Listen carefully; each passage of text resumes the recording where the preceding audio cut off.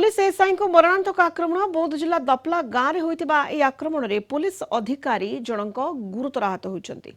बुधवार विलंबित राति रे आक्रमण होइतिला। आज सकाळ 7टा बेले तांको मेडिकल को स्थानांतर कर जायछि। पुलिस अधिकारी जनक हेले मनमुंडा थाना एसआई कुमुद भोई। बुधवार कुमुद भोई मनमुंडा थाना रे 112 सहायता गाड़ी दायित्व रे थिले। काली राति रे एक सूचना पाई कुमुद भोई अन्य कर्मचारी सह 112 गाड़ी रे दपला गांव को जाइथिले। ग्राम निकट में थिबा स्कूल पाखरे 10-12 जन दुर्बृत्त गाड़ी को अटकाई कुमुद को ऊपर आक्रमण करथिले। दुर्बृत्तों आक्रमण रे गुरुतर आहत कुमुद भोई को प्रथमे सोनपुर मेडिकल रे चिकित्सा पई भर्ती कर जायतिला। तांको स्वास्थ्यावस्था स्थिर थिबा जणा पड़िछि। परे तांको अवस्था संकटापन्न हेबारु बलांगीर मेडिकल कॉलेज को एवं परे घरोई हॉस्पिटल को स्थानांतर कर जायछि। घटनास्थल रे पुलिस अधिकारी माने पहुंची तदंत करूछंती। आक्रमणकारी किए एवं काहे के आक्रमण कले से नै किछि स्पष्ट होई नाही।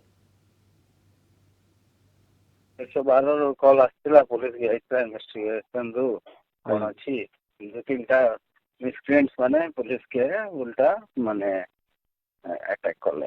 हमर गोटे एसआई अछि से टिके इंजर्ड अछि। एबे एबे कंडीशन ठीक अछि। तीन जन प्रेहेंडेड अछन। हमें तांकर इन्वॉल्वमेंट वेरीफाई करूछि।